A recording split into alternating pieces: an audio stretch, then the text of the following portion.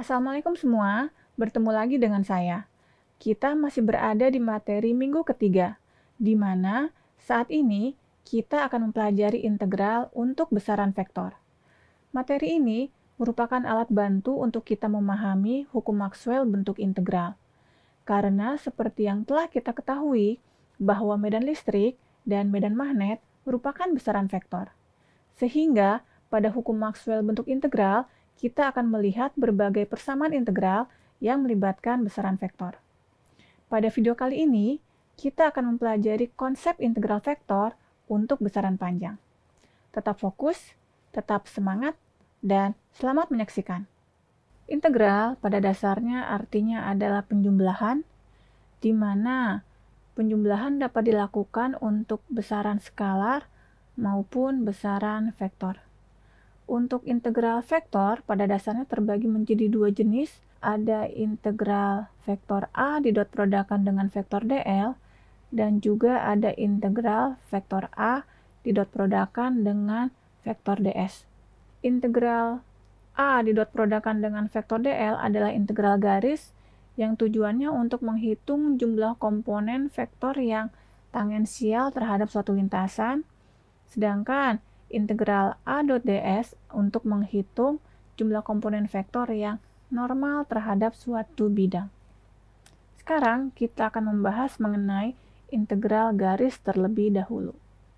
Jika kita memiliki suatu lintasan lurus seperti yang digambar, di mana lintasan ini kita sebut dengan lintasan L, dan kita juga memiliki vektor F, maka jika kita ingin menghitung besarnya komponen vektor F yang searah dengan lintasan, caranya adalah dengan menggeser vektor F mendekati lintasan, dan kita akan mendapatkan bahwa antara vektor F dan lintasan akan membentuk sudut. Di sini kita tuliskan sebagai sudut theta. Maka, komponen vektor F yang tangensial terhadap lintasan L adalah magnitud dari vektor F dikalikan dengan cos theta. Sedangkan jumlah dari komponen vektor F yang tangensial lintasan berarti adalah magnitud dari vektor F dikalikan dengan cos theta dikalikan lagi dengan panjang lintasan. Nah, kalau kita lihat perhitungan ini sangat mudah, tapi apa yang terjadi jika lintasan yang kita miliki adalah lintasan sembarang seperti yang kita lihat pada gambar di sebelah kanan. Untuk menghitung jumlah komponen vektor F pada lintasan sembarang ini, yang harus kita lakukan pertama kali adalah melakukan segmentasi, di mana lintasan sembarang ini kita bagi-bagi menjadi beberapa lintasan kecil dengan panjang segmentasi adalah delta L1 untuk segmen pertama dan delta Ln untuk segmen yang ke N. Dan yang kedua, kita hitung jumlah vektor F yang tangensial pada setiap segmen. Di sini kita harus meyakinkan bahwa panjang segmen adalah cukup kecil sehingga vektor F tersebut arahnya itu adalah seragam untuk satu segmen.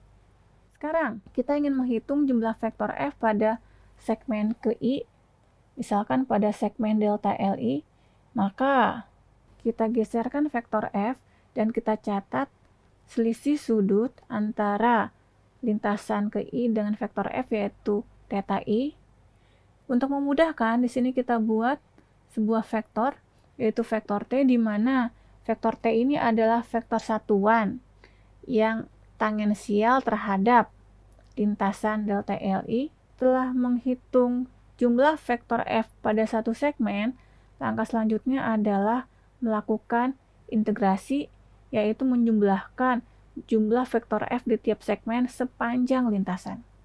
Sekarang kita lihat komponen vektor F yang searah dengan sebagian lintasan delta Li, kalimat matematiknya adalah Fi dikalikan dengan cos theta I.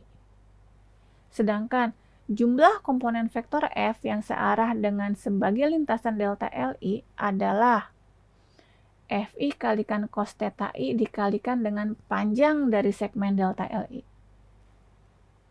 Di mana Fi dikalikan dengan cos theta I dapat kita nyatakan dengan Fi didot produkan dengan vektor T.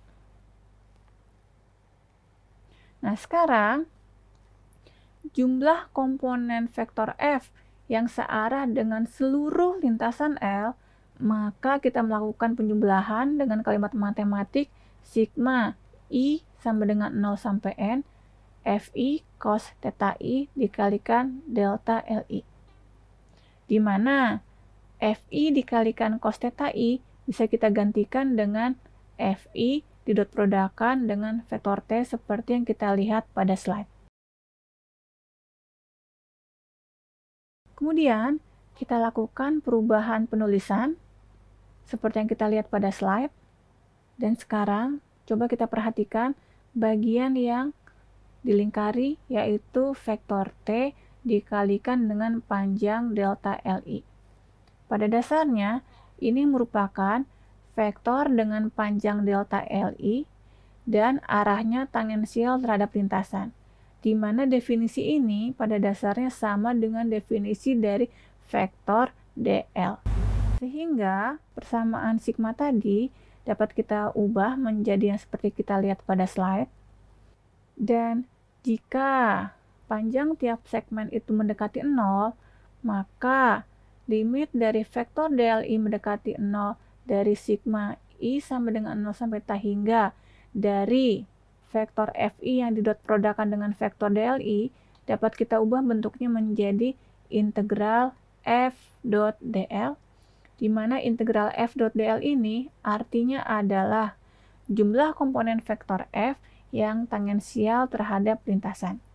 Sekarang, kita sudah memiliki persamaan integral f dot dl yang artinya adalah untuk menghitung jumlah komponen vektor f yang tangensial terhadap lintasan. Dan di sini kita lihat ada vektor dl, di mana vektor dl ini adalah vektor panjang diferensial. Di mana pada saat kita membahas mengenai sistem koordinat kartesian silinder dan bola, kita juga sudah mengenal vektor dl, di mana untuk kartesian, vektor dl-nya bisa kita lihat pada slide, untuk silinder, dan juga untuk bola bisa kita lihat secara lengkap pada slide. Mari kita bahas untuk yang kartesian terlebih dahulu. Integral f dot dl dengan vektor f dan vektor dl seperti pada slide, maka akan kita dapatkan bahwa integral f dot dl menjadi yang kita lihat seperti berikut. Kalau kita sederhanakan, maka akan kita dapatkan integral f dot dl sama dengan integral x1 ke x2 dari fx dx tambah integral y1 ke y2 dari fy dy tambah integral z1 ke z2 dari fz dz. Untuk sistem koordinat silinder, dengan memasukkan bentuk vektor f dan bentuk vektor dl pada sistem koordinat silinder, maka akan kita dapatkan bahwa integral f dot dl menjadi seperti yang kita lihat pada slide berikut. Sedangkan untuk sistem koordinat bola, dengan melakukan substitusi vektor f dan vektor dl sesuai dengan sistem koordinat bola, maka akan kita dapatkan bentuk integral f dot dl seperti yang terlihat pada slide. Dari video tadi, kita sudah mengetahui bahwa arti dari integral vektor f didot produkkan dengan vektor dl adalah mencari jumlah komponen vektor f yang tangensial terhadap suatu lintasan.